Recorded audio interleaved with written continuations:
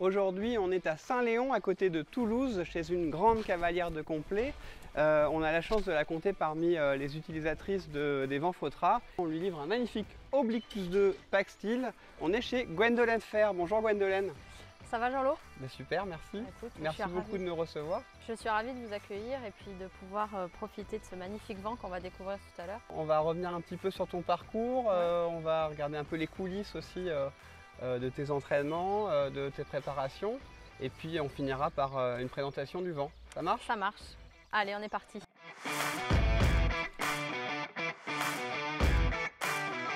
Bon bah Gwendolyn, un cadre magnifique. On est où ici du coup?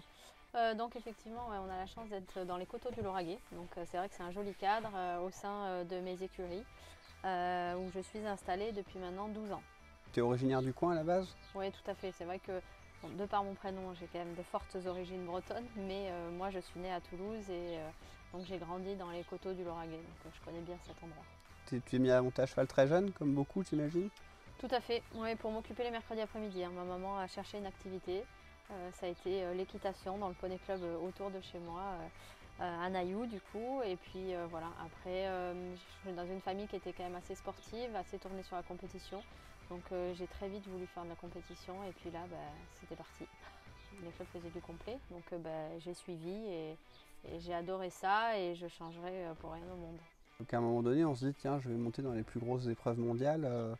Ça se fait peut-être pas d'un coup, j'imagine. Déjà, moi j'ai quand même une nature très compétitrice, de toute façon, obligatoirement. Et après, je pense qu'il y a beaucoup de mon papa quand même.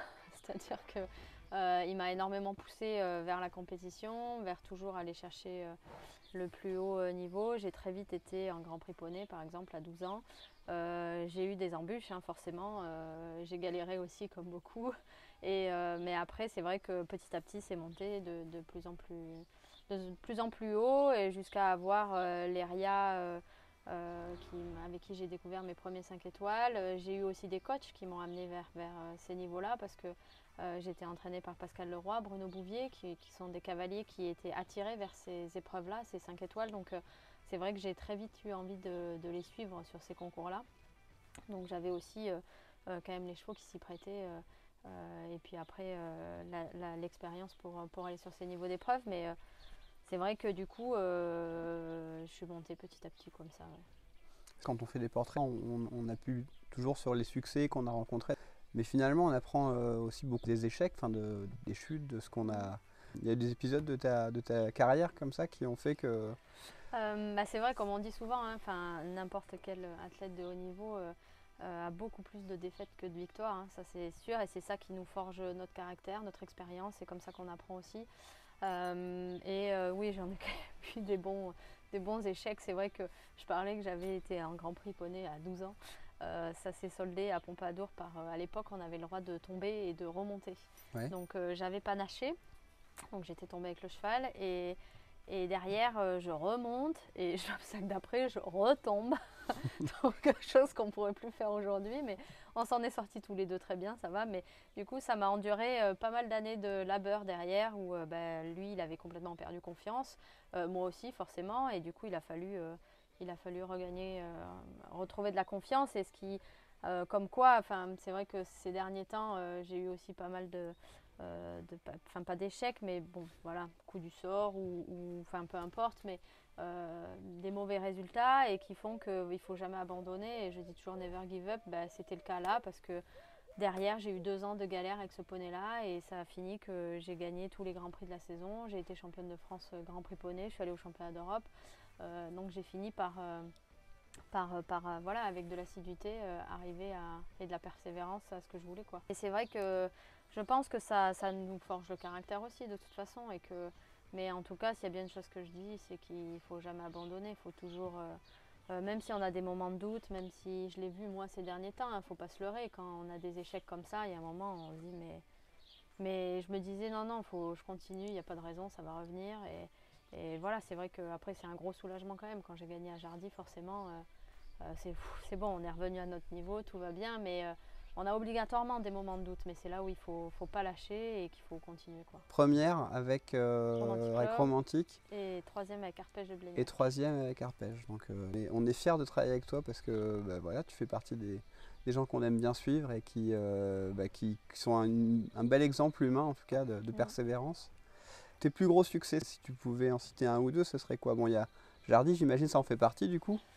Jardy, ça en fait partie. Jardy, je l'ai gagné 3 fois. Avec 2 chevaux différents, donc c'est un concours que j'aime bien. Après, mon plus gros succès, évidemment, c'est le 5 étoiles de Pau que j'ai gagné en 2017. C'est ma plus grosse victoire pour l'instant. J'espère peut-être que ça ne sera pas la seule, mais voilà, après c'est aussi les sélections en équipe de France sur des championnats d'Europe. Voilà, c'est ça aussi qui nous fait vibrer et de représenter notre pays et la France en l'occurrence. Mais oui, mes plus gros succès, je dirais que c'est avant tout Pau. Même de courir sur des 5 étoiles, c'est vrai que j'ai couru badminton, j'ai couru Burley, j'ai couru Pau. C'est des concours qui sont magiques aussi à courir, quoi. Ouais, et puis il y a tout un côté aussi légende de ces concours qui existent depuis des années et qui ont vu des super cavaliers. Et on se dit, on est dans ces traces. C'est ça. Quand j'ai couru la première fois Burley, justement, en 2012, que j'ai couru Burley, derrière, tout de suite, j'avais appelé Bruno, justement, en lui disant, ça y est, j'ai fait comme toi. Voilà, c'est des concours qui restent gravés quand même. Et prochain JO, Paris, tu penses que c'est un objectif pour toi ou... Oui, bien sûr, c'est un objectif. Maintenant, ça ne sera pas les mêmes chevaux. Romantique a 16 ans, donc c'est sûr qu'il ne sera pas à Paris.